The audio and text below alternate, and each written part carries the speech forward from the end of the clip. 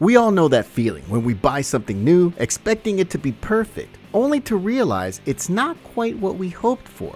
Well, for many truck owners, that moment comes way sooner than expected, sometimes after just a few months, at very low mileage. Today, we talk about these disappointing rides, about 6 pickups owners sell after only 5,000 miles. Let's have a look. Number 6. Jeep Gladiator.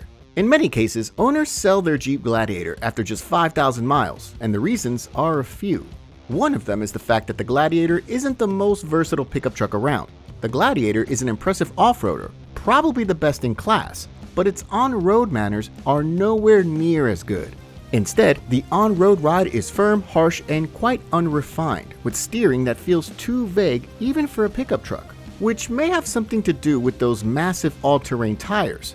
Owners feel disappointment with Gladiator's driving experience, not just because of the ride quality, but other things that follow, starting from the poor sound insulation, which comes from the fact that removable body panels are not sealed particularly well, that aerodynamics are not particularly great, and that those chunky tires are also one of the things that cause excessive noise.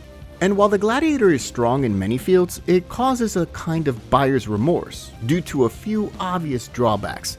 Compared to rivals, the Gladiator lags behind the competition in terms of powertrain, as the old, naturally aspirated V6 doesn't just lack the low-end torque of turbocharged rivals, but also features MPG ratings that are below average for the segment.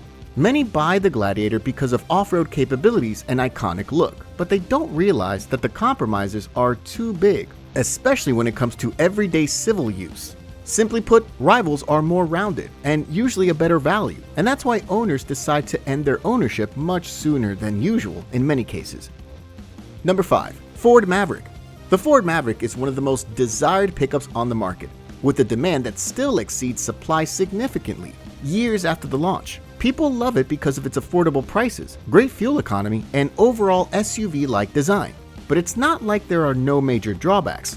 Many owners end up disappointed with the way Maverick works in everyday exploitation. For example, they realize that the claimed max towing capacity, which is around 4,000 pounds at best, simply isn't enough, even though they believed it would be. The same thing is with the cargo bed, which turns out to be small for everyday payload activities. The Maverick unibody construction ensures a smooth and comfortable ride, but only when compared to old-school body-on-frame pickups. When compared to SUVs and modern crossovers, it's still not as good, which is another reason for disappointments and low-mileage trade-ins. Owners usually report that the ride is too bumpy, and that the benefits from a car-like platform aren't as big as you would normally expect. Finally, let's not forget numerous recalls over the last few years, as well as a few more reliability and build quality issues, like those with brakes, seatbelts, and other problems that are for now fixed under warranty, but still are time-consuming. So many owners choose to sell or trade in and pick something that causes less trouble. Number 4. Toyota Tundra. This may come as a surprise to some, but the fact is that even Toyota isn't what it used to be in terms of build quality and reliability. The new Tundra is a perfect example. Toyota redesigned it after a full 15 years and brought significant improvements, starting from much peppier twin-turbo V6, new suspension setup with improved ride quality, higher max towing capacity as well. But soon enough, trouble started. The new Tundra turned out to be quite vulnerable. More precisely, its engine turned out to be quite problematic, with design flaws that would lead to various issues that would eventually lead to premature failures. Eventually, the Japanese automaker had to recall over 100,000 units of these, and owners are now selling their trucks to avoid costly repairs once the warranty expires. The only problem is that dealers are also aware of the design flaws of the new engine, so most of them refuse to take new Tundras as trade-ins, leaving owners frustrated with the inability to get rid of problematic trucks. Those who bought hybrid versions are in a little bit better situation because that powertrain turned out to be immune to engine issues. But many owners sell them anyway, and one of the key reasons is disappointment with fuel economy. The new hybrid setup may impress with power and torque figures, but its fuel economy, which goes just around 19 mpg city and 22 mpg highway in four-wheel drive versions, is a bit of a letdown, as it's actually lower compared to what the F-150 hybrid gives in return, and that would be 22 mpg city and 24 mpg highway. Number 3. Honda Ridgeline. Honda's pickup is one of the most overlooked pickups in the midsize segment, not just in the way that it deserves much more attention from buyers, but also in the way that those who eventually buy it often overlook its true nature. They often neglect the fact that this is still a unibody pickup truck, so some compromises have to be made. That particularly refers to work capabilities. The Ridgeline is characterized by a pretty unusual design approach, with focus on comfort and ride quality. Owners, while simply adoring its on-road manners and refinement, somehow expected to be capable of dealing with demanding work tasks, and that's where disappointment comes from. The Ridgeline is designed for urban environment and light-duty use, and that's why many owners have problems with it. Simply put, Honda's pickup is too refined for many, and that can even be seen in the way some owners look at its interior design. They're actually not very happy with the way the dashboard was designed, because it's very SUV-like and doesn't seem as durable as you would expect from a typical workhorse of a segment. Overall, the problem with the Ridgeline isn't in its unitypical design, nor the lack of capabilities, but rather in its too refined nature. Number 2. Ford Ranger.